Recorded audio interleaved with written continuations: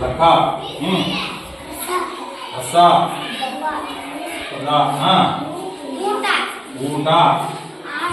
ಆಳ ಅಂತ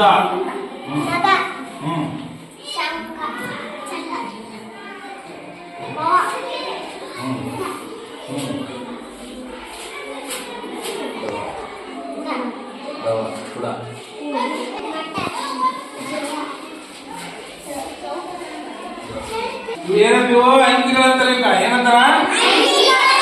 ಅಂಕಿಗಳು ನೀವ್ ಹೇಳ್ತೀರಾ ನಾ ಕೇಳ್ತೀನಿ ಹೇಳ್ತೀರಾ ಇದೆಷ್ಟಪ್ಪಿದ 5 ಇದ 20 ಇದ